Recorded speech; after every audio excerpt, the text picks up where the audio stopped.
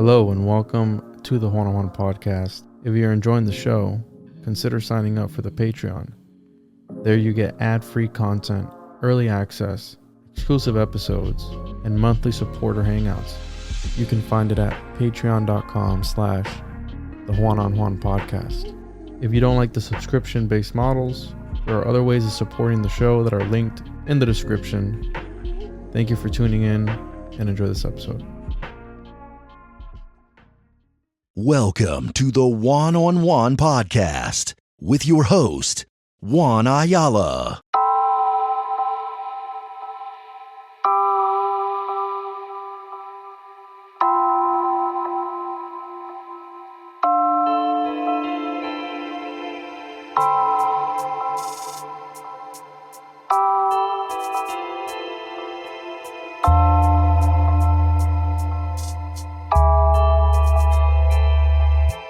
The highest science of the initiate is Aletheism, which is learning how to create a reality in your mind. So when you leave, you exist. You can just go into that. Like you literally learn how to literally build a reality while you're in the physical body.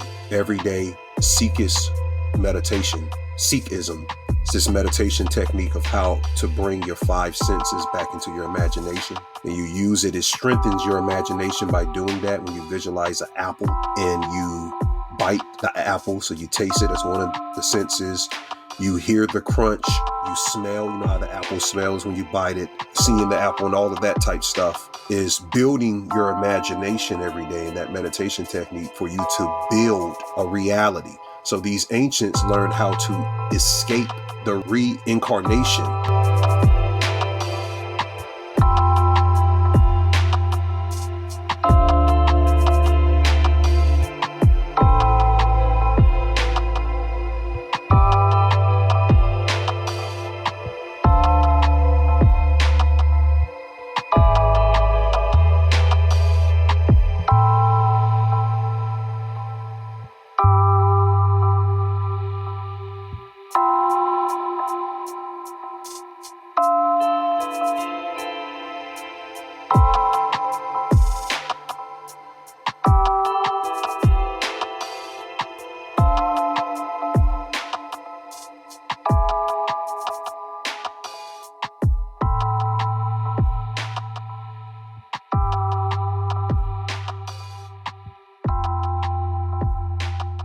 Welcome back to another episode of the One-on-One Podcast. I'm your host, as always. Welcome to another episode. This is a good one. I've been looking forward to this one. I like this guy's stuff. I love all your material, bro. But before we get to it, make sure to check out the Occultist Monday journals, right? I got a new issue out today, so make sure to check that out. ko-fi.com/TJOJP. Make sure to check out the comic book. And I also will put the Kickstarter for issue 2 in the description, so make sure to sign up for that. And yeah, everything else, patreon.com/the101 podcast, tjojp.com. All my links are on there, and let's get to it. Ani, welcome to the show, bro. First timer. I found you through Tommy, so shout out to Tommy. And I really, really like your stuff. Welcome to the show. Thank you, brother. Likewise, man. I watch your show now on a regular at work. You know, I just put it on the headphones and just let it go, you know, gets me through the night. And I appreciate what you do for the community. And shout out to Tommy for plugging me into a new community I didn't know exists. I didn't know you guys existed, but you guys are very important to what you do for the information and what we're contributing to this thing. Yeah, for sure, bro. It's funny how that works, right? There's parallels, there's communities running parallel to ours that you don't even know about until you start to really, and I'm always on the search for the next, and I only have people on that I resonate with, because I'll have people like, oh, you should check out so and so, you should. It's like, no, if I'm meant to find them, I'm gonna find them, and if I want them on my show, they're gonna come on my show. You know what I mean? That's just a connection I have with it. I don't just have anybody on just because. Like, I have somebody on who I resonate with their material, and here we are, bro. Can you let people know where they can find your work? Yes. Right now, most of my work is on patreon.com/the_spiritual shade room. You can find me on Instagram at the spiritual shade room, the number 1. That's all together. And I'll be posting my first video on my new YouTube, because my other YouTube was erased. Ani Osaru. You can find it on under the Spiritual Shade Room as well. You can type in either, and it'll pop up on YouTube for you guys. And from what I understand, you have a book as well, Ani? I do. I wrote a book in 2018 called The Blueprint of Darkness: How to Eradicate Mind Tricks in a Mind-Controlled Society. It's a premise book and an introduction into spirituality, into my life, how I got started. And it's good for a basis to understand why darkness has been ostracized as something evil, and how it's one of the main connections into spirituality. And I had asked you before what your background is, because when I hear you speak, you speak very, very well. And it's usually, I'm not saying you're an agent, bro, but usually those guys, I always ask people, like, because you can tell when somebody's educated, right? You can tell when somebody knows their stuff. And you're one of those people. Can you tell us a little bit about you and what got you started in this whole esoterica game? Because I know it's a niche, right? Right. I'll tell you right now. I started off as a Christian, like most people. My family was raised, not really a denomination, here in Columbia, South Carolina. And I grew up, man, going to like 2 churches like a week, man. But it always pondered in my mind since I was a child, like, what is this angel and demon thing? So since I was like 8 years old, I was really into studying the pantheon, or do we dare call it a pantheon, of angels? You know, the choirs, the powers, the archangels. What denomination was it? Was it Baptist or? We didn't really have what I guess you can call it. We didn't have a denomination. I guess you can call it Baptist. We didn't really have one. Our church didn't have one. But yeah, I was just into that type stuff. I would talk to my Sunday school teacher, ask her questions. She was like, wow, you have a very bright mind. You know, my Vedic astrology is Purva Falguni, Leo constellation. So I just stay on top of my creativity, being born under the sun in Pisces. So I just had a big imagination, man. The teacher tried to kill my fucking imagination. And my mom would call the school all the time and said, just let him write in his journal and he'll be fine. And that's what actually built on into my imagination. And later I discovered lecturers like C. Freemanell, Bobby Hemmett, you know, these other types of people that was into esotericism that exposed me into other communities of esotericism. And that's what intrigued me to start research early, like in 2013 or something like that. I remember my first decode was the Rihanna's Umbrella video. So you've been doing this for a little bit, and I remember that who'd you say, C. Freemanelli, you said? Yeah, C. Freeman L. is he's a master teacher of Moorish science. You can find him on YouTube. In astrology, he's his niche is astrology. And Bobby who? Moorish science. Bobby Hemmett. Bobby Hemmett. I always take notes and I always revisit, write new material, and that's how I get introduced to new things, because I'm real big on Manly P. Hall, and I've listened to numerous hours of his work. So I mean, and even like Terrence McKenna too, right? You'll pick up here and there. Terrence McKenna, not so much, but here and there you'll pick up a nugget of, you know, something good, and you can follow it. But yeah, that's awesome, man. I remember I grew up Pentecostal Christian. So I grew up in not so much the angels and all that stuff, but the glossolalia, I think that's how you say it, or the speaking in tongues and the divine language and the Holy Spirit. And they're real big on running around, fainting, doing backflips, doing all sorts of crazy. I saw it too, bro. And I played guitar for many years at my church. So I was a musician. I was in the worship group, and we did it all. We traveled around, and I was in that. I was going to church 4 times a week, right? I mean, that's just the way it was. And I also was asking difficult questions. I was also a problem. I was asking about Enoch, and I was asking about why the Old Testament was so much different than the New Testament. I was just getting these weird answers like, you know what? It was a family member told me at one point, like, yo, just ditch the whole Old Testament. I was like, wait a minute, what? Just ditch the Old Testament just all together? Yeah, we're not going to really focus on all that. I'm like, you know, what's the point? So there's only 43,000 denominations of Christianity. So, I mean, I'm sure that they've got their stuff together, but I don't, I don't bash religion. I do believe it has its, I'm sorry, I do bash religion. I organize religion.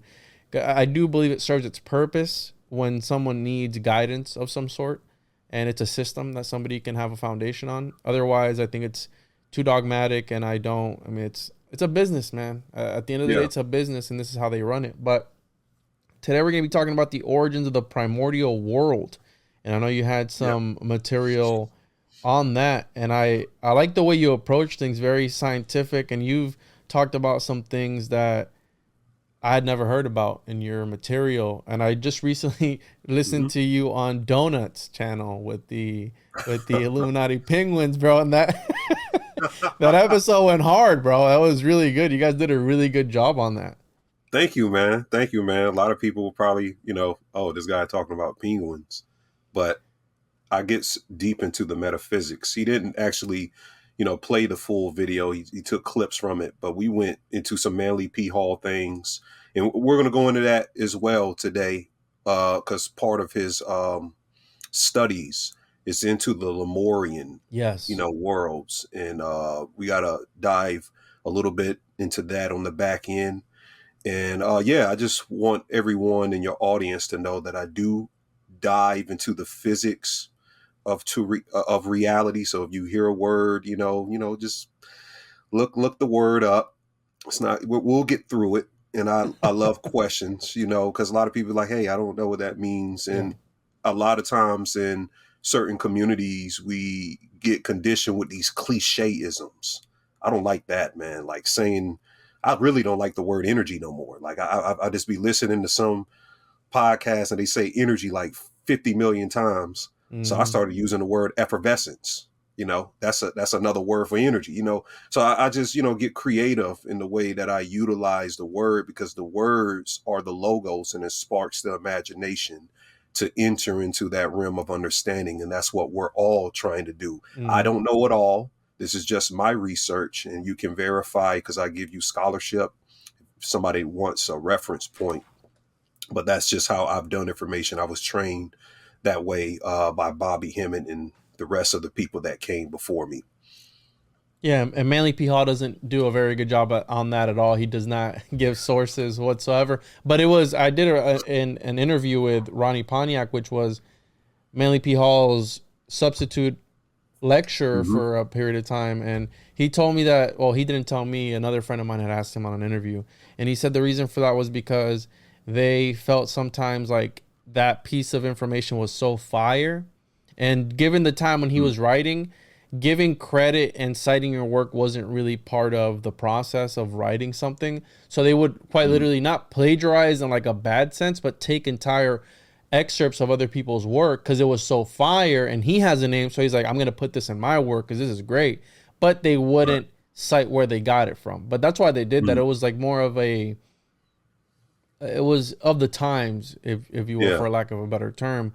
And that's just the way that they did it. So, and then coming from that, because I like to cite my sources too, bro. I like to, if I'm going to say something crazy, I like to have where I got it from. So I always give people sources if they want to learn more, because a lot of people, sometimes they put it a better way than you could ever put it. So I'll go, hey, if you want to learn more, go read this book or look at it here. But let's get into it, bro. Yeah, let's get into it, man. You got the screen share? Yeah, let me know when you want me to pull it up. I see us right now. If I pull it, it's going to be Inception. There you go. There we go. Okay, so yeah, the main thing that I believe, like with Manly P. Hall or all of these different occultists and esotericists, we're mainly studying portal physics.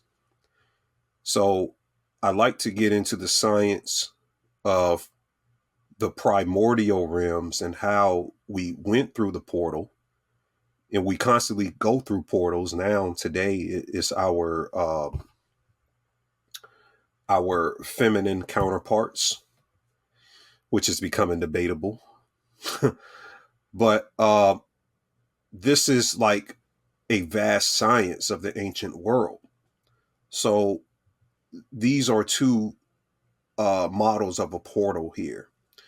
And prior to the dome mythos in flat earth theory, or what you see in Israelite cosmology, we learn in like the Sumerian tablets, the Babylonian cuneiform clay tablets, going way back, probably as far as we can with this type of information. Lemuria in Atlantis is more of theories that these older civilizations said they told them that, or they read something that they didn't quite write down for us to see, because most of them studied the skies and the way that stars are in the celestial vault and how consciousness passes through these stars, sort of like telephone lines.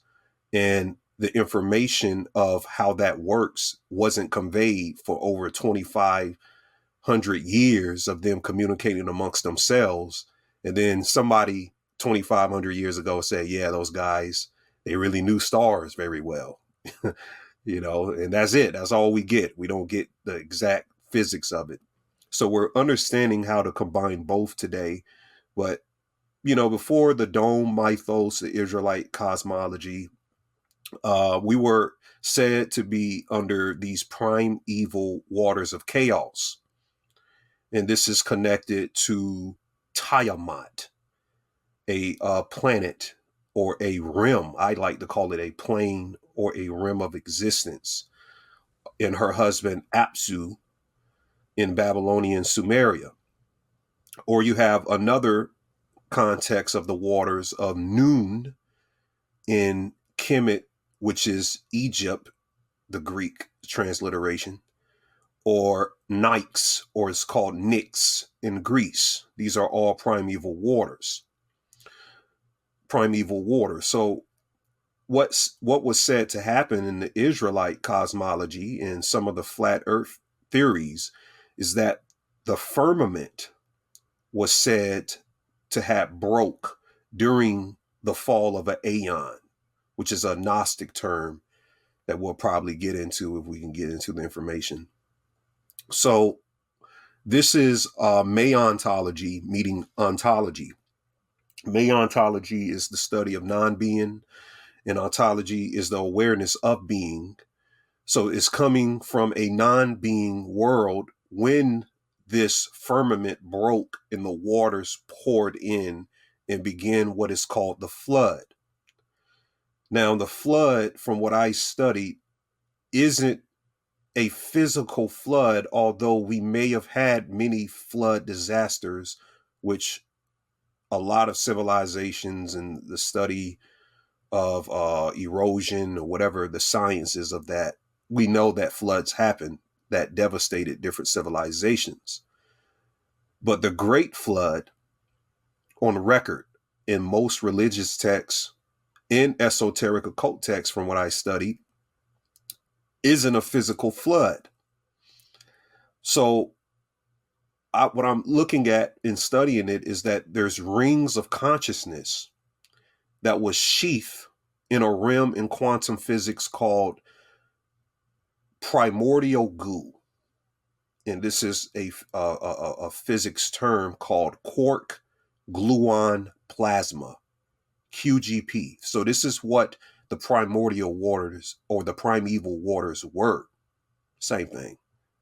QGP, quark gluon plasma. And what they found in science compared to the occult ancient esoteric allegories was very surprising. That the viscosity of this primordial fluid turned out to be astonishingly close to what water is in the physical, which has led researchers to conclude that elementary particles formed fractions of a second after what's called the Big Bang, which that's debatable, but it may have flowed as water, this quark gluon plasma.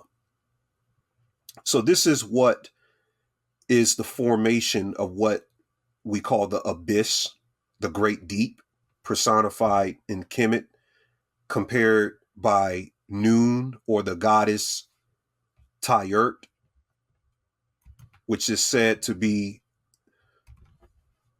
the mother of the gods and mainly the mother of Set, who is said in his ancient name Sut or Sut, which I'm getting this from the celestial ship of the North. You can see she has a footnote, Blavatsky, down here.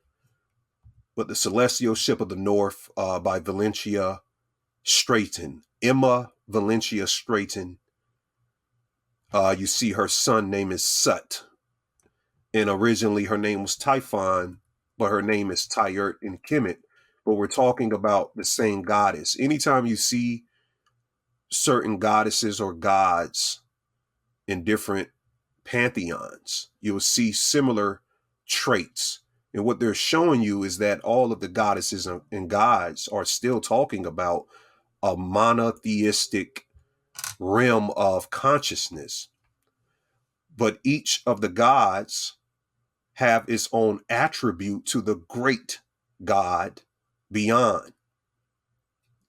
That's all it was. So a lot of the science folks couldn't understand that. They just thought these people were worshiping a bunch of gods, and they thought they were heathens because of it, or heretics. And really, they had a advanced physics of what God was. They had literally everything advanced in a formula of mathematics of the equation to what the soul and the spirit is in relationship to God. And we're just getting on the precipice of this research.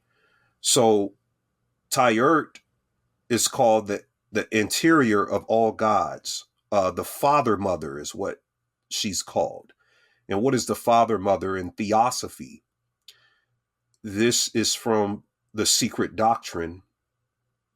H.P. Blavatsky calls the father mother the concrete emanation of Akasha.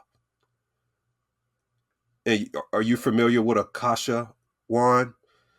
No, I'll be honest, I've never really looked into Blavatsky's work all that much because it's kind of outdated, and Manly P. Hall took a lot of inspiration from her and really put it in layman's terms to where people could digest it. Because if you're reading through Blavatsky's work, it's a grind when you're trying to read it and trying to interpret it. So I'll be honest, I'm ignorant when it comes to Blavatsky's work. I know a bit about her, like that she traveled around and didn't shower for a long period of time.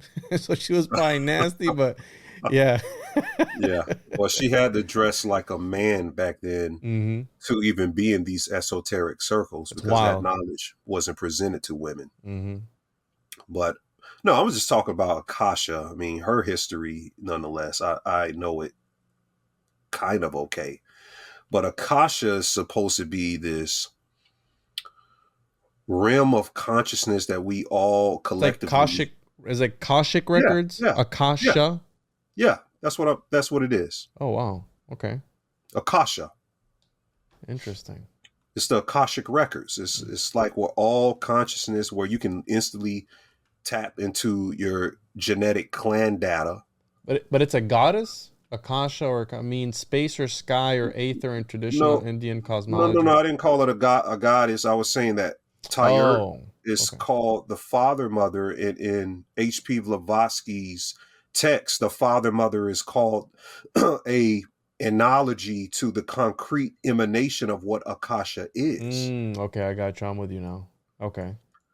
So in another sense, the father mother refers to what is called the second logos. So you have the first logos. The first logos in this universe is the unmanifested half of the masculine energy.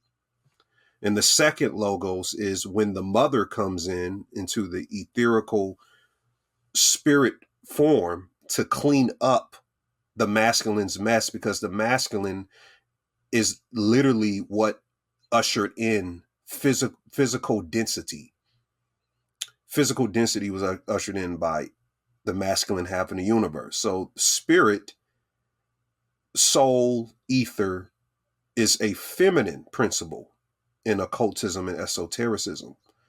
So it represents the male and female poles of the universe in the secret doctrine.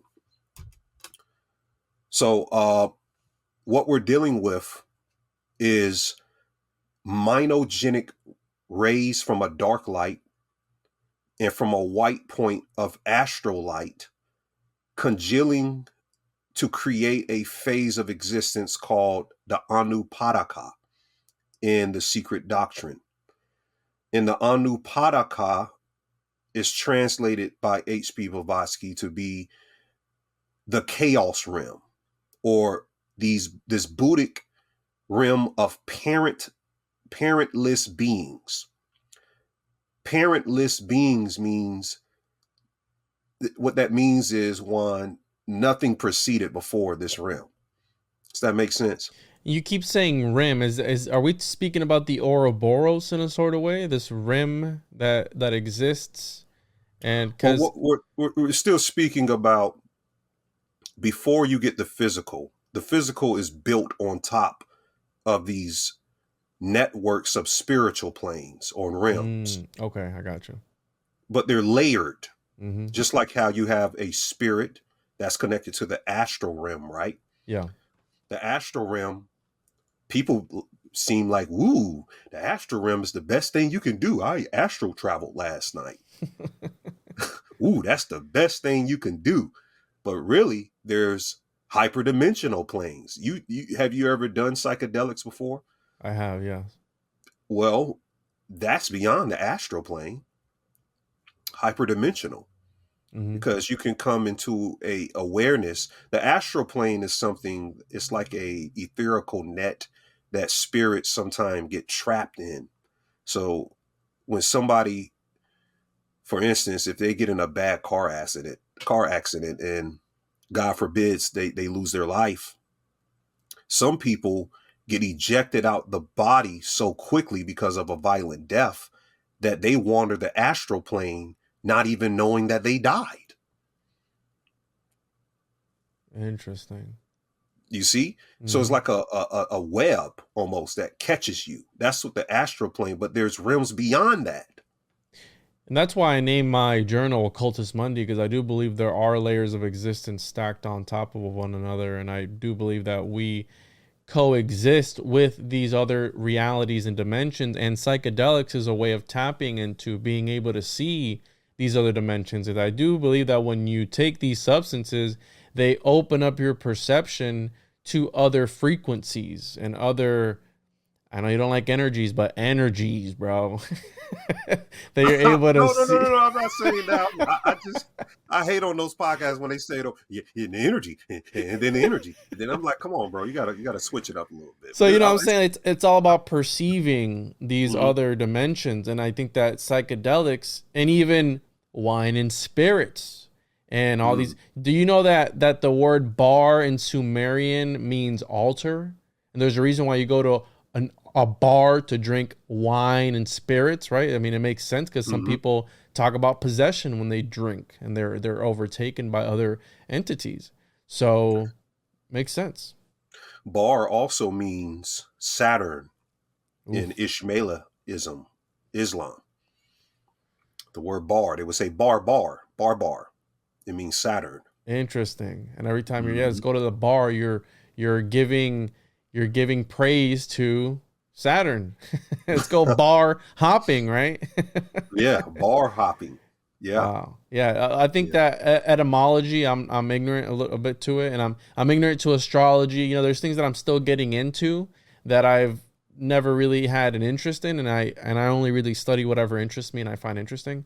But I've noticed that astrology and etymology hold a lot of keys to this game or whatever this is. You know, it holds a lot of answers to the things that we study. Let me take this out real quick so you can do your thing. Go ahead, because sometimes when you wait a long time, it's all good. But yeah, no, absolutely. I think language, and they write the word grammar comes from grimoire. I've said that a bunch of times, and I think that when you're speaking things into existence and you're casting spells.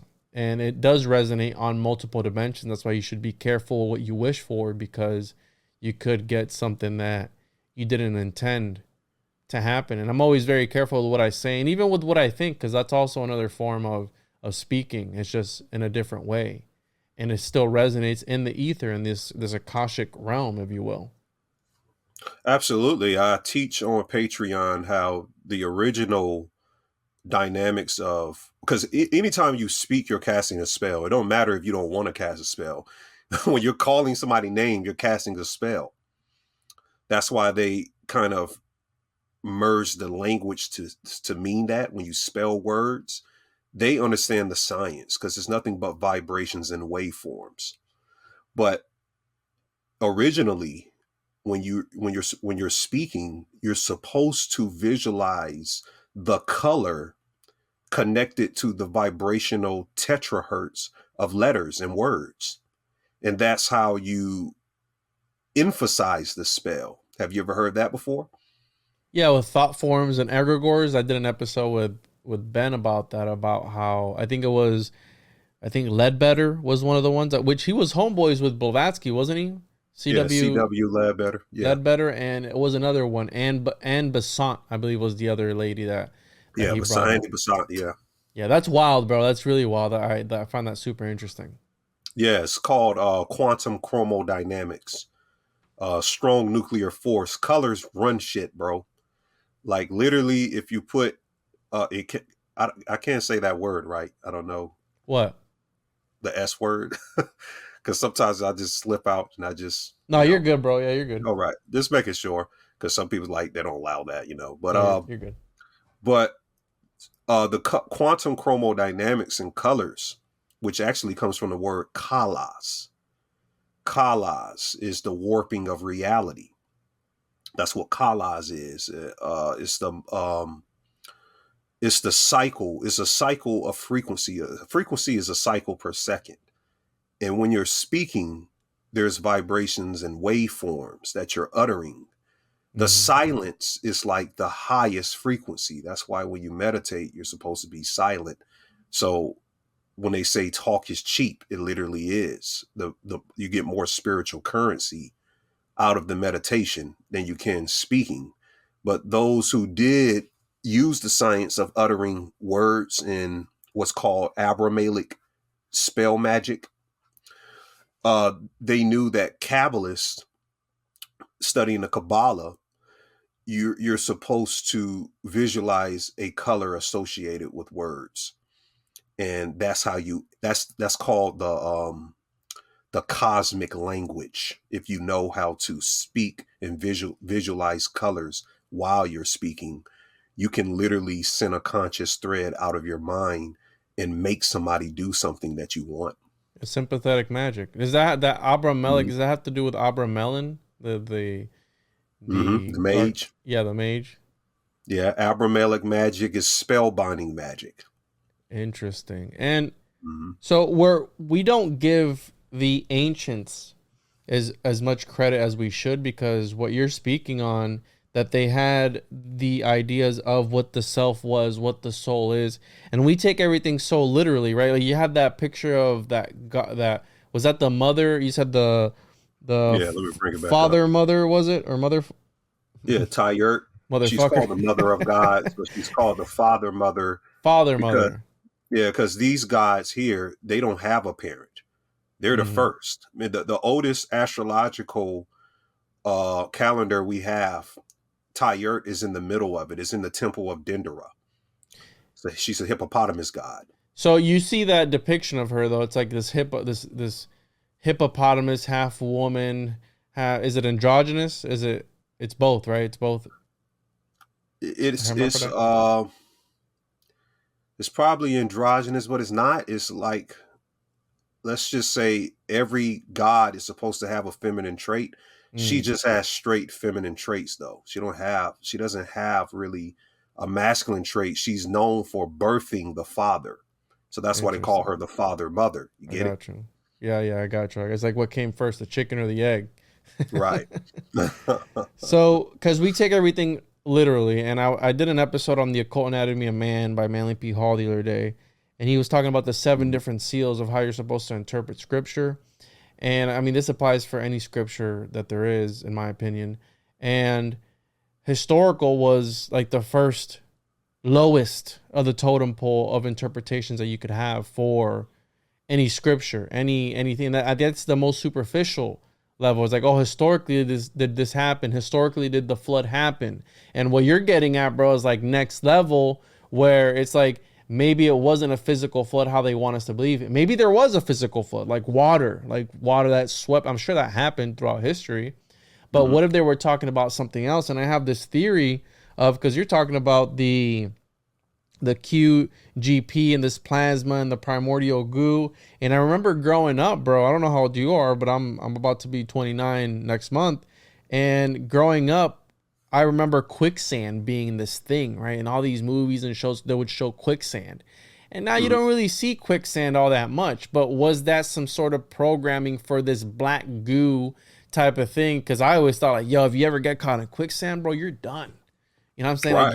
Like you're gone. You're out of here. And I remember Disney shows and cartoons showing quicksand. Now, I mean, again, I could be wrong, but it's just something in the subconscious, right? We're talking about MK, that stuff, right? The whole mind control and all these other things where they put subliminal messaging behind things. And if you're able to see it, that's fine. But your subconscious catches on to a lot of these things that they show you subconsciously.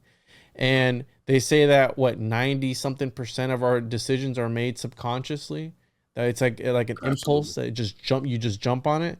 So I'm just making all these connections of how, you know, the goo, right? They've always talked about it, and how we don't give the ancients enough credit when it comes to these interpretations. And my theory was, I was looking at some plates of Edward Kelly, the alchemist, with John Dee, and he shows these steps on how to make the Philosopher's Stone, which my interpretation of alchemy has changed drastically. And I think it's like this topic where it morphs into whatever you want it to be, because I think it's more of an experience type of thing.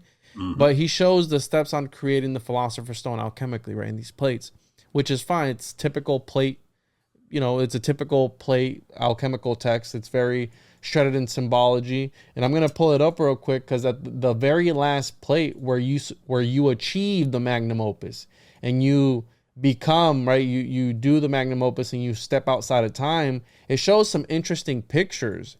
And you're making me think of the flood. Well, what if Noah's Ark, right? Because we know Noah was one of these flood figures, right? A vessel, an ark, a boat, a vessel, right? Holds 2 of every animal, right? We have the primordial egg here, which you can link that to the primordial goo, or the primordial origins, right, of time, which there's always the egg.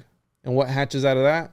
Well, the sacred homunculus, or the hermaphrodite, whatever it is you want it to be. The Orphic Mysteries is the egg, yeah. So this is the magnum opus according to Edward Kelly, which he was actually one of the greatest alchemists of all time, but he's just highly slept on because of what happened with John Dee. But you have the waters, you have the vessel or the ark, and then you have the 2 of every animal, which I found interesting. So I said, what if that was symbolic for some sort of alchemical work, right? To transform the world, right? And it includes this flood, but again, the water is above. You have the firmament above, which you were talking about, and it breaking. So I don't know, but that's just one of my theories, that I think that the story of Noah's Ark was more of an alchemical story of him trying to transmute reality, if you will, with the help of God or Yahweh or El, whoever you want to choose, right? To go down the line. Which we will have to talk about that another time. But the Egyptians were master alchemists. Matter of fact, the word Egypt isn't even, like, I used the term Kemet. Do you know the word alchemy comes from Kemet, because they called the science of the Cometians, which is their original name, alchem. The word chemistry comes from them.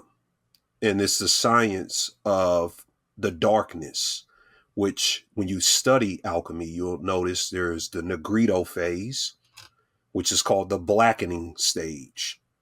The melanogenesis is the blackening stage. Everything, even when you burn something, it returns back to the darkness, which fire represents consciousness, represents fire, father.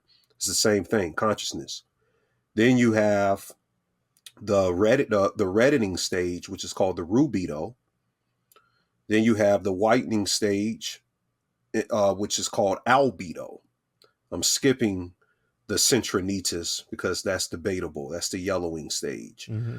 But all of these phases of how to turn things into gold, or to make this substance called occultum or virile, Mm-hmm. what they were into, it comes from the science that the Cometians left behind. They could make this substance. I saw in a book, they will rub this substance on something that they will make alchemically, and it will cause it to float.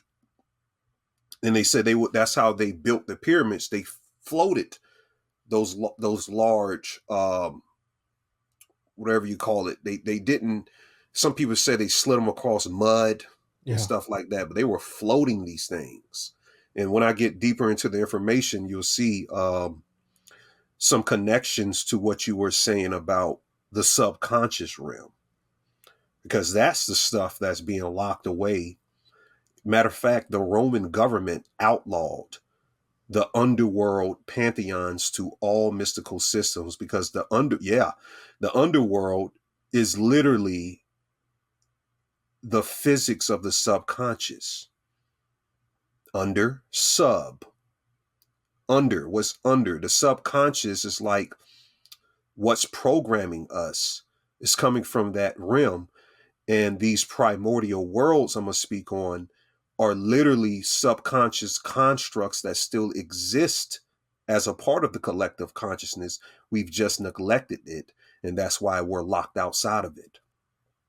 And what a better way than to shroud it in symbolism of these gods, right? Because I've been, as of recently, looking at things at a much deeper level than the superficial stuff. Because again, when you start to look at something, how you were saying earlier, only the initiated had the keys of deciphering whatever that they were reading.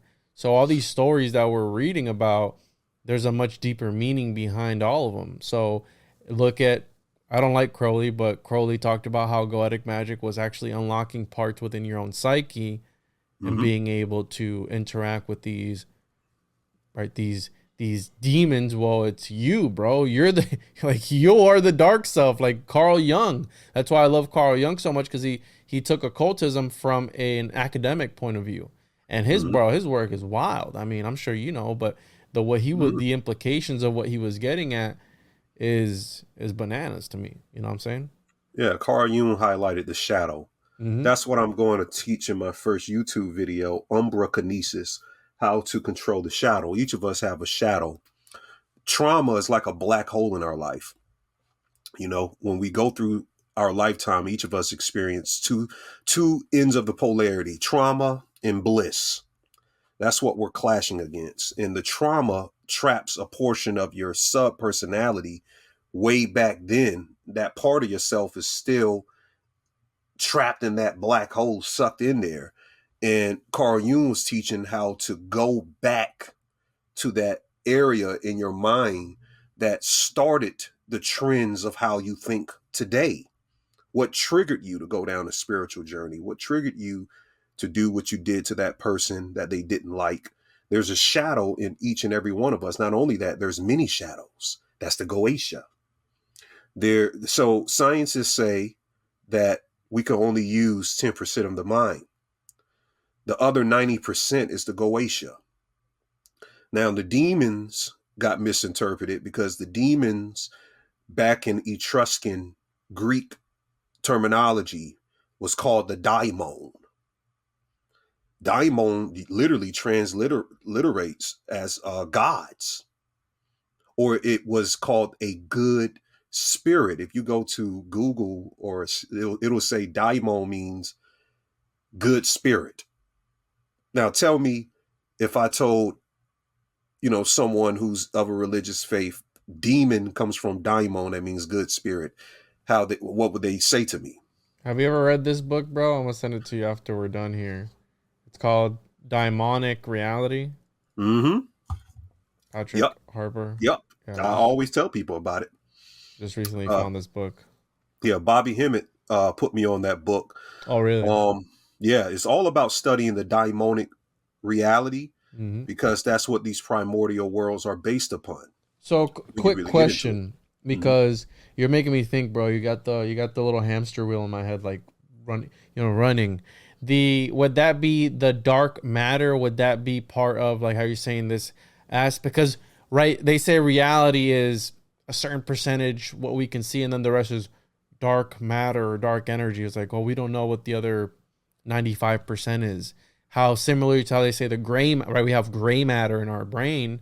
Well, would that also be kind of sort of the same thing? Because it kind of relates to I think when I think of that, I think of like goo, right? When I think of dark matter or primordial goo, and then I have this picture in my head of primordial goo being, again, back to my kid days, where they would show us in these dinosaur books. Now, I guess dinosaurs are fake nowadays, but the bubbling, and there was like bones and stuff in it, right? It's like, oh, we came from that. Like, we Yeah. came from that goo, right? That was like I the remember first that. life form.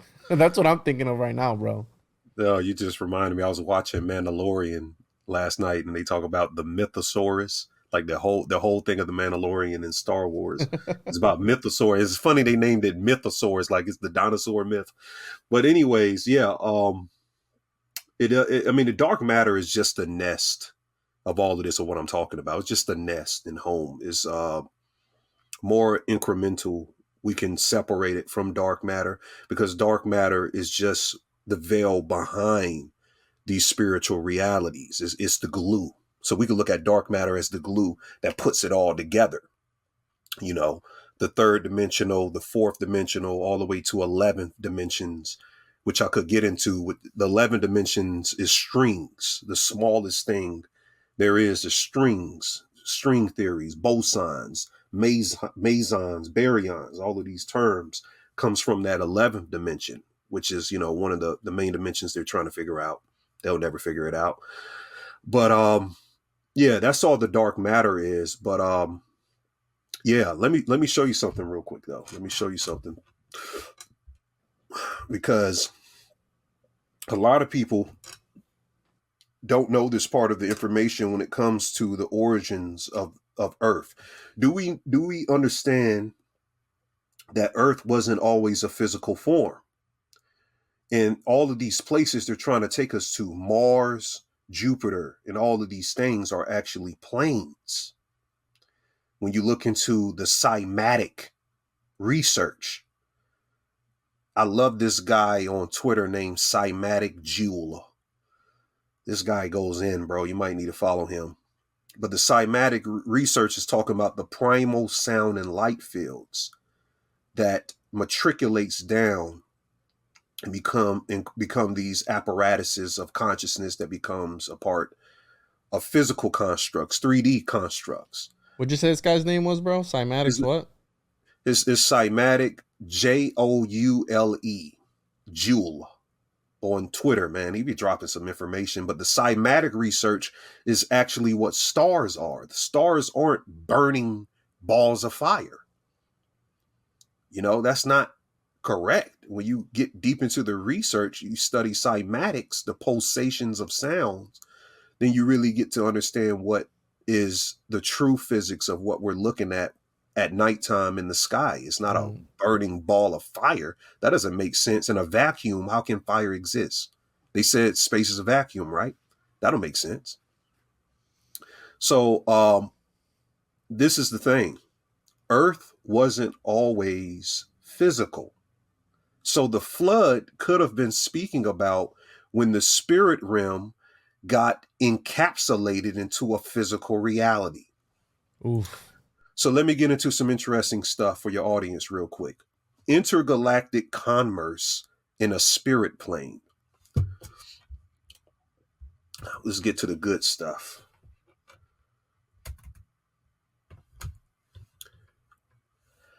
I want you to imagine this. Could you imagine? So I would have to get into the 5D, 6D, 7D stuff, but I won't do it on this one. But let's delve into our imaginations and fathom how this works. Because we have a piece of this science to present to you guys. There was a tractor beam. You know how the UFOs have that tractor beam, like a portal coming down, and it's supposed to abduct you? Let's say, can you see this where I'm circling that?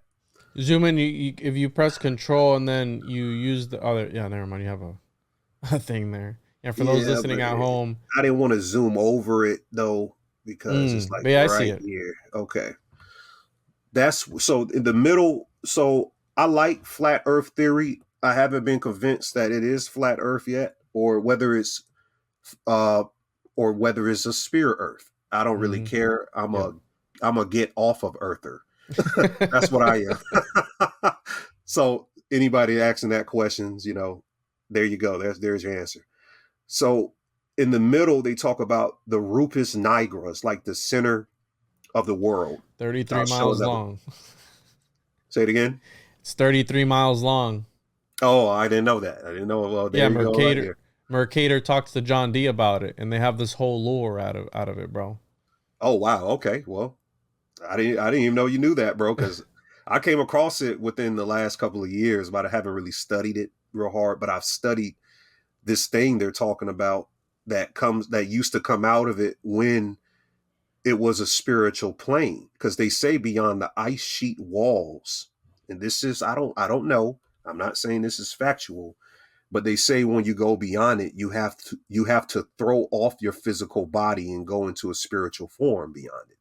That's what I've heard in some text on that. But they say that there was once this tractor beam portal in the middle of the earth. It actually was in Asgard, in what is that, Marvel Thor. They showed the tractor beam, how whatever the guy Idris Elba plays, he controlled the gate. He would put the sword in it and he would teleport you up out of there. But it was connected somewhat to the North Pole. And what was told to the ancients was that there was an interdimensional portal in this phase conjugated realm that's not physical, that penetrated the firmament in the Atlantean Lemurian times, and everybody could see it. And they could transport beings, or specifically plasmic technologies, across the multiverse instantaneously through this portal in the center of the earth. Now, what I'm showing you is what I'm going to show you next is called Semiotics, which is the study of signs and symbols in ancient iconography, of how the tractor beam was replicated in our ancestors' temples, in other things, in their temples, glyphica, cartography, maps, and flags. Hold on, I'm kind of out of order here. You see this? Yeah. There it goes again. This thing in the middle. And I'm going to drop a big jewel at the end of this. So this is another flat earth map. And they're showing you the domes, the firmament connections. This is in Cambodia. I'm not sure the monument name. I know that's not Angkor Wat there, but I forgot the name of the monument. But they show it here in the middle of it. They showed this in an ancient art piece. I forgot it was this Leonardo da Vinci. It's one of those famous artists drew this. You see the portal in the sky here, and then the angel coming down. And also the Naga science, how the Nagas come out of this whirling. You still can see it going back, way back to where we saw it from. Entities, beings coming here and fro from here. Even in this is not triggered. This is not the Confederate flag. If you really study your history, this is called the Iroquois flag. Type it in. So the Confederates, they just based their flag on the Iroquois flag. If you really, all you got to do is Google it in. Don't take me for my word. And study that. I think they're called the Cucamonga tribe. And here goes here, right here, Juan. There's that stars represented that portal, and that's your Rupus nigra. Right there. Okay, so what's not going to be connected here is that the portal was this Tower of Babel that was shut off from a quasi-etherical network and reverse engineered into the genetics or the makeup of the Homo sapiens sapien. And the portal became what in the body? The spinal cord. So we got reverse engineered in this long thing that used to be shown in all of ancient, and I can show you more. I just want to save some for my YouTube video. Mm-hmm. And that's also, it looks like the key hole, right? I mean, you got the circle at the top and when it comes down, when it flares out like that. Yeah, in the Kabbalah, it's called the Yakida. So yes, Kita, the word key comes from Yakida or Yakida is a part of the soul that never, it's like a UFO. It follows you from up high, but it never comes down in the physical. It never comes down here. So it's like your higher self, like a UFO following you around. Or yeah, like, or your holy guardian angel is some right, like yeah, to call HGA. It. Yeah. And this is all making me think, bro. I got here pulled up. We have the Rupus Nigra, the Black Rock Phantom Island, 33-mile wide black rock, and then Mercator. He describes it as 33 French miles, and then he's writing to John Dee in 1577. He's telling him about it, and there's also lore regarding this black rock. There is a civilization of little people that live on this rock and different animals, and a whirlpool. And it made me think, I stumbled across this. The book of Enoch, chapter 33, talks about there being a portal too. I mean, right? Chapter 33 out of all the book of Enoch, right? Oh, Lord. And there's 3 different books of Enoch's. And to the east of these animals, I saw the ends of the earth on which heavens rest and the open gates of heaven.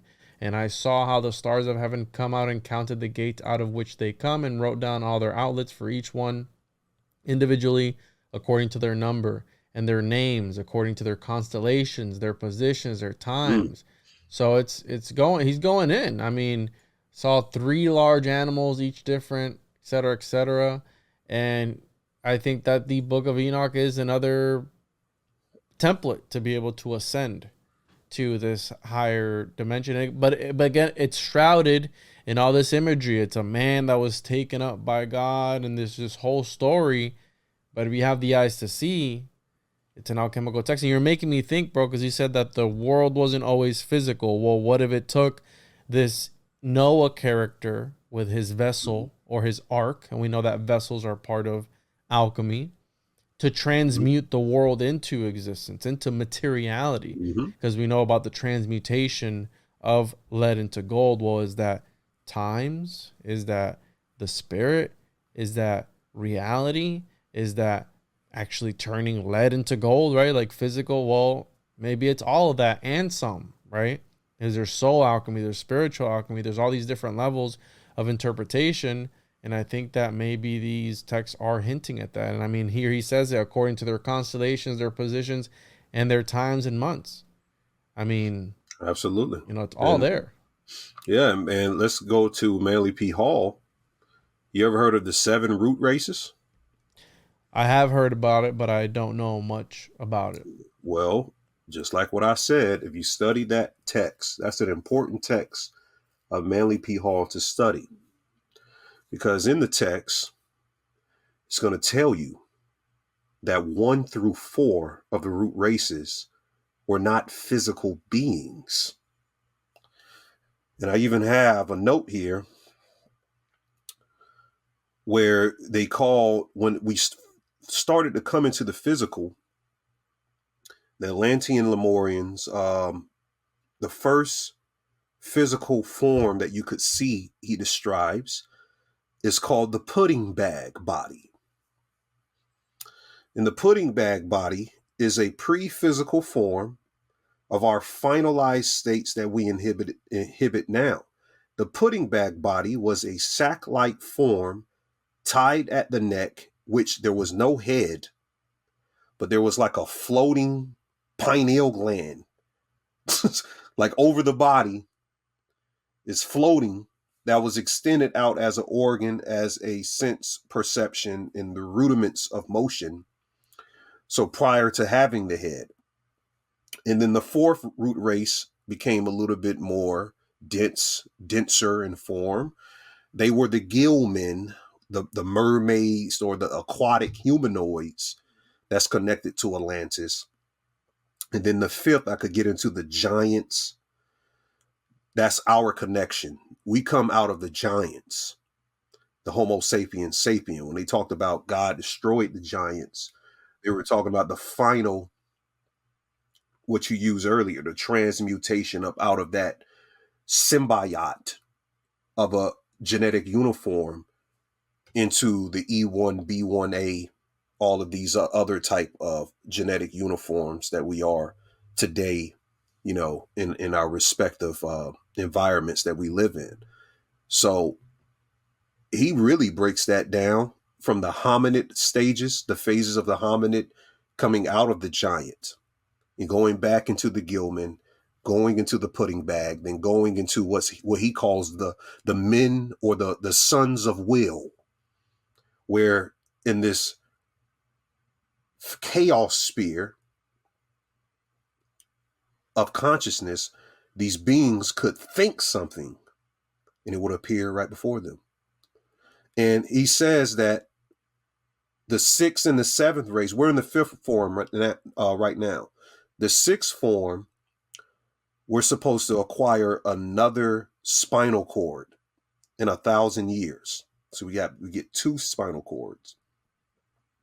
And he says eventually, I'm quoting Manly P. Hall when I say he says eventually, after a couple thousand years, the ultimate goal is to become formless, to cease a physical form altogether. So that's what? The serpent biting his tail, us re-entering into that hyperdimensional chaos sphere of existence where we don't need or want, we just go based off pure thought. I don't know the name of the monsters. I'm trying to find it. That they were like they're just brains. You know what I'm talking about? They're just like brains, and they have like 2 eyeballs. I know I've seen it some point in time. It's making me think of that when you said this formless. Was it a floating pineal gland? Is that what he called it? Yeah, I mean that's what he describes it as. I mean, that's what he said. He said it was just a pineal gland. There was no head, and there was like a tie at the neck. And then the body was half formed at the chest down. So it was a semi-humanoid form of how we were becoming denser and denser as the vibration of the planet slowed down. You start to see the hominid come into form. Or at first you got to go through, you know, those humanoids, giants, aquatic beings, whatever it was. You ever heard of the Nagidu? Is that what they're called? Let's see here. Nagidu? Which pantheon that's from? I mean, which cosmology? I'm trying to find. I don't know. I'm just because there was this map where it showed these guys with just like their face on their torso, and I'm just thinking about that, and it's kind of related to like old maps and these this first version of man, and also I've listened to the 7 races of mankind from Atlantis. I've listened to that lecture a long time ago, but I don't really remember anything from it. And I think that's the one that you're talking about, where he breaks these down, but I don't think I was paying attention. But sometimes, you know, I would turn it on and just cleaning the house or washing the truck or something, I just put it on and just Yeah. listen to Manly P. Hall in my free time. Yeah, he was one of the good Masons that gave us a lot of information. I was surprised as much information he gave us. He actually gave us the key to gematria too. Really? Yeah, Yeah. I mean, there's still so much material that I haven't listened to of that he has, and I mean, like are you saying, there's so much information on there, and for like the longest time, I thought he was channeling. But I'm like, no, he's got this crazy mind palace, and when he's just sitting there for 2 hours, just beautifully breaking things down, he's picturing it. He's walking through an entire palace in his mind, just flipping through old cabinets, just picking out a file and just breaking it down. He was the OG, bro. He was one of the goats. Yeah. The highest science of the initiate is Aletheism, which is learning how to create a reality in your mind. So when you leave, you exist. You can just go into that. Like you literally learn. That's what we're teaching on Patreon, how to literally build a reality while you're in the physical body. Every day, Sikhism meditation, Sikhism. It's this meditation technique of how to bring your five senses back into your imagination. And you use it. It strengthens your imagination by doing that. When you visualize an apple and you bite the apple, so you taste it as one of the senses. You hear the crunch. You smell. You know how the apple smells when you bite it, and all of the seeing the apple and all of that type stuff is building your imagination every day in that meditation technique for you to build a reality. So these ancients learned how to escape the reincarnation. I was about to say reincarceration. I guess that's the same thing. Well, yeah, I see it. Okay. I've seen that before. Yeah, I think I've seen it on like Nickelodeon or something. I think Mind Unveiled did a video on these guys, but yeah, these popped up on like some old map. But when you're going on, I'm just visualizing how creepy this thing is.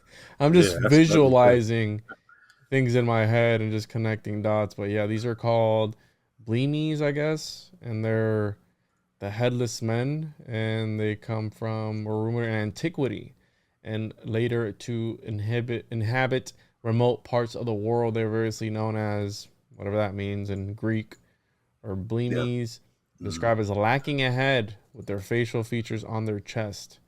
And look at this, they're ancient Libya or the Nile system. Yeah, bro. Oh, wow. It goes hard. Wow. Yeah, so you're just showing that these people, they knew, and how far back it goes, whether they have any descendants, in that form. Could have been back in that. Maybe not all of them came out of that form. Maybe some of them weren't able to develop a head. I don't know as far as that research goes. So from a map from 1599, an engraving. Oh, wow. It's got these little headless people here. Right. So yeah, you might be right. I mean, that's one thing that I find the funniest about Manly P. Hall, how he believed 100% like Atlantis. Like and then he just throws it out there like, yeah, Lemuria or whatever it was. And my favorite thing that I've always quoted is when he talks about how children's skull, when it finishes fusing at the 7 years old, they lose that clairvoyant ability, that sense of the seventh sense or whatever they call it, right? The movie where you can see dead people. Well, children are more telepathically inclined because their pineal gland is more exposed. And he talks about in like Lemurian times where it's like the pineal gland was out of the brain, like it was, it came out of the brain. And we know that the body, if an organ doesn't do anything for it, it starts to take it away. If you believe in evolution. And so, like, look at the appendix. Well, the appendix is still there. Probably serves I don't have my appendix, but it serves a purpose, right, for whatever it is. Well, the pineal gland we know is like this weird thing that we don't really know what it's for. We kind of, right, but it's there, and the body hasn't gotten rid of it for a reason. So what if it is this receptacle or this antenna for and then the book that I was reading, the Occult Anatomy of Man, he talks about like the stereotypical Indian with the feather, Well, it's Hmm. like some sort of antenna, if you will, right? Yeah, This antenna to this other realm or other physics. sense. It's all physics. And yeah, there's a book by Michael Holloway called Invisikids that speaks on that and shows that dynamic, just like in the movie Monsters Inc. The soul, there I see they took my YouTube video, The Seven Souls, part 1 and 2, but in it, throughout a lifetime, most people only acquire 3 compartmentalizations of the soul. So the soul is compacted into 7 layers. Most people only tap into 3. The first layer is coming into being. When you first come into being, you acquire a soul.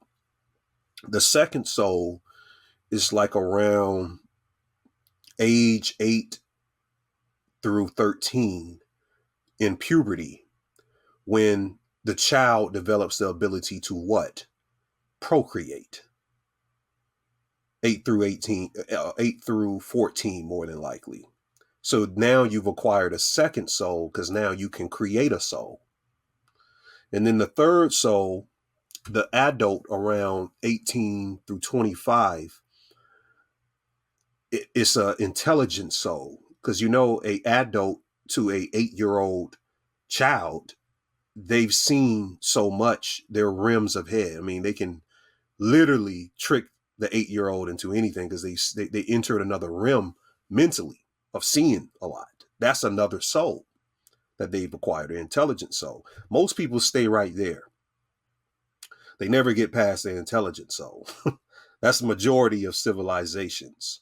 But the priest or priestesses, they acquire the 4th through 7th soul, which I've detailed. The Camites, the Egyptians, didn't consider you a adult until you turn the age of 33. There's 33 again. So if you didn't turn 33, Really? yeah, you wasn't an adult until because why? Your spine doesn't fully develop until the age of 33. Going back to the spinal cord connected to the portal, which is talking about the Kundalini energy, the centripetal force that rises phase conjugation. Mm-hmm. Every day there's something called a chrism, a seed. They call it the spiritual sun or the Bindu seed. I got that in my notes. So your audience can research the Bindu seed. It travels up your body. Your body is like the microcosm of the astrology charts. Aries is here. So in the morning time at 6 a.m., this seed is right here. That's why it's best to meditate in the morning. And then it starts to matriculate down the body.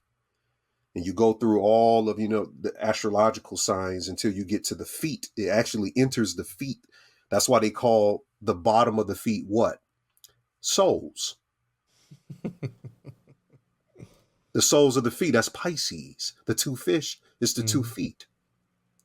And then it starts to matriculate back up the spine by the next morning time. So there's something called the Nike Thamaron, where astrologists have literally mapped where this Christ, or they call it the Christos seed, is in the body at different times of the day. And you're like playing Pac-Man with it. You're trying to get it throughout a lifetime over and over. And this is how you develop immortality, by getting this chrism seed. And you're supposed to meditate on it.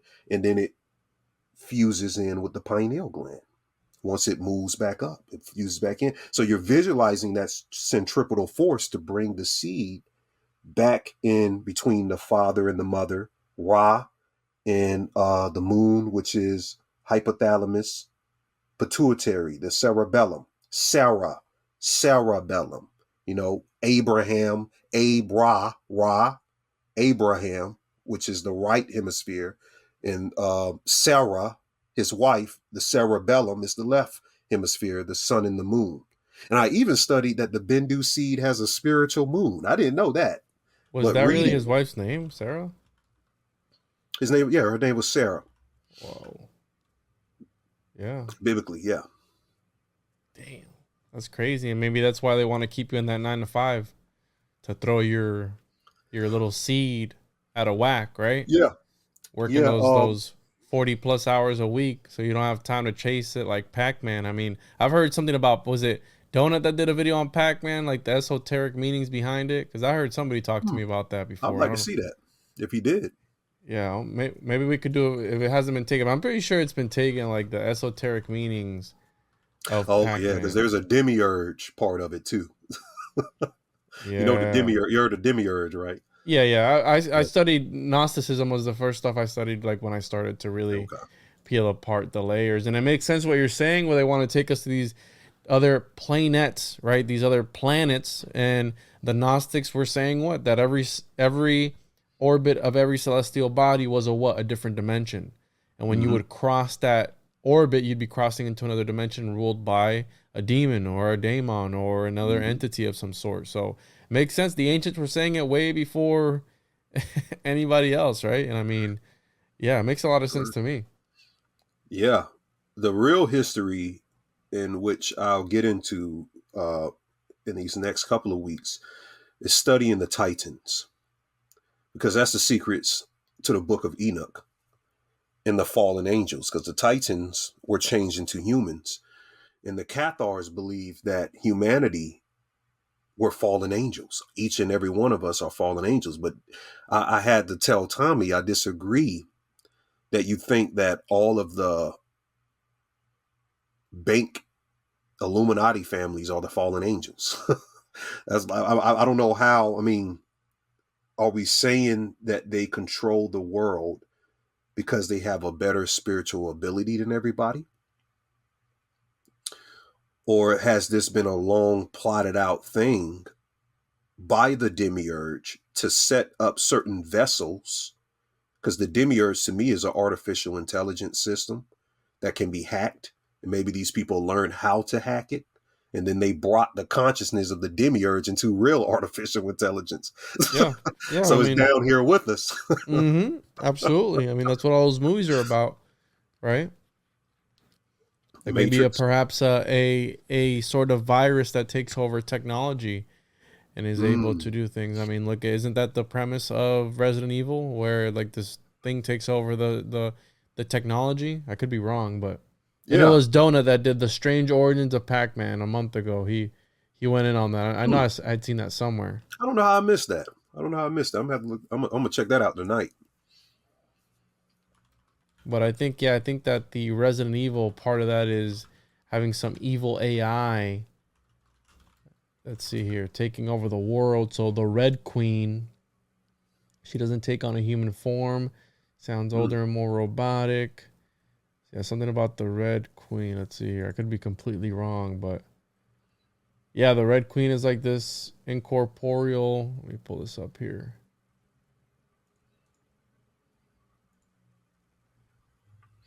See here, the Red Queen computer system, highly advanced and self-aware computer created by the Umbrella Corporation. It was first seen during the beginning, et cetera, et cetera. And yeah, I mean, it's one of the. What's funny is the Umbrella is in Vedic astrology. It's called Jayesta, and it's also a hieroglyph in Egypt.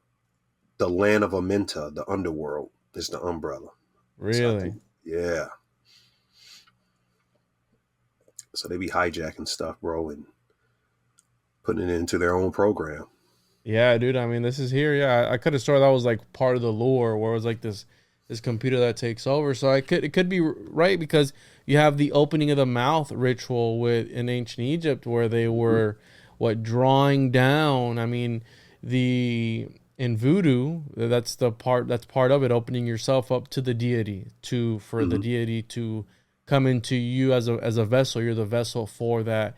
And it was weird because I did a presentation on it, and they call it riding the horse.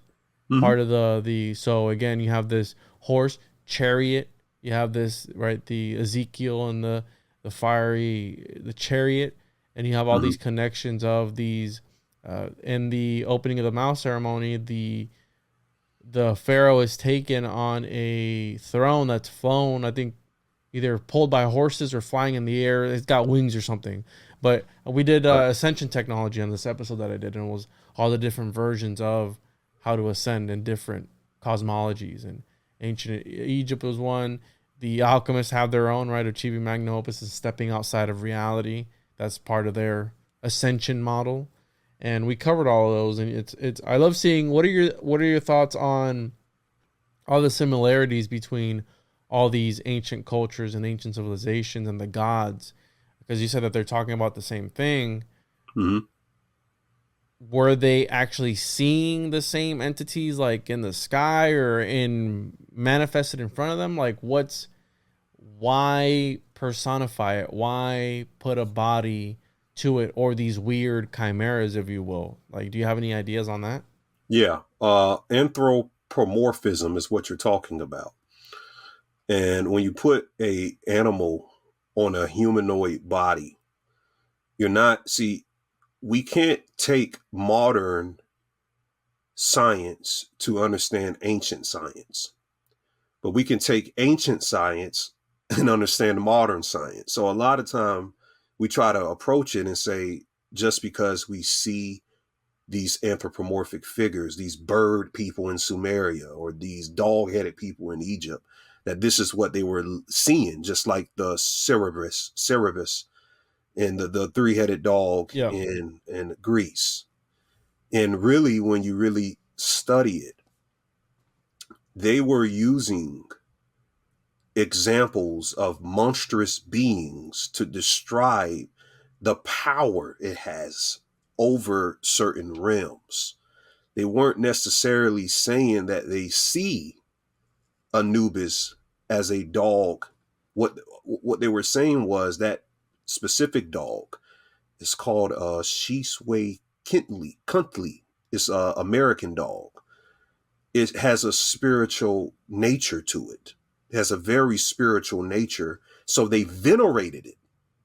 You see what I'm saying? So veneration was a part of these ancient civilizations where they saw something in nature that symbolized something spiritual. Like, for instance, jaguars, people don't know, they live in trees. So the Olmecs, the Aztecs, and the Quinametsins looked at them as something closer to the gods because they're living in these big trees. So you're trying to get closer to a god. So what happened? The jaguar god becomes Tezcatlipoca, So they didn't see a jaguar man walking around. They were saying that I want to be like the jaguar because its nature is similar to mine and it's fierce. Its nature is fierce, but it also has a spiritual side. Look, it lives in trees. You see? So they would take examples and prototypes in other civilizations because they didn't understand the previous prototype would deem it evil. But the only evil there is ignorance, not understanding something. And ignorance is evil in itself. And all they're describing is the functionality to primordial systems of spirituality by utilizing animals and anthropomorphic figures as a symbolism of the energy that enters into certain frames of subconscious, subpersonality, meditative, all of these things that's equated to spiritual work. They're gravitating to something that people at that time can recognize. Then when we see it in our modern time, we don't understand it. So we say there were dog-headed people walking around, or they were in the skies and they were worshiping all of these things. Mm-hmm. And also, because I did an episode on familiars, because also it could have been the possibility that they were taking these substances. We know that entheogens were part of ancient cultures, and maybe when they were going into these other realms, they could have also been seeing chimeras of some, right? Okay, there's more layers than just like the superficial stuff. But I get exactly what you're talking about, because I believe it was, I forget which culture, but they all believe that you were born with like a soul animal, an animal that was attached to your soul in this other dimension that you could access, almost like a were animal, right? That you could inhabit that animal's body and do things in the astral animal world, I guess. Right. But there's all these different beliefs that you're right, the totem with the different animals, your spirit animal, etc., etc. I mean, that goes back into antiquity. That's Many years. also, yeah, the subconscious is the powerhouse of consciousness. So if I learned for a lifetime that my spirit animal was the hawk, just to explain what you just said, if I studied the hawk as a disciple of the hawk in a native tribe, if I studied that over a lifetime, means my subconscious only knows the hawk tribe. If I took a psychedelic, yeah, I'm gonna see a hawk man. Yeah, I That's get what what I'm you gonna mean. see. Yeah. It creates, I mean, the subconscious creates what the ego wants to see for its survival.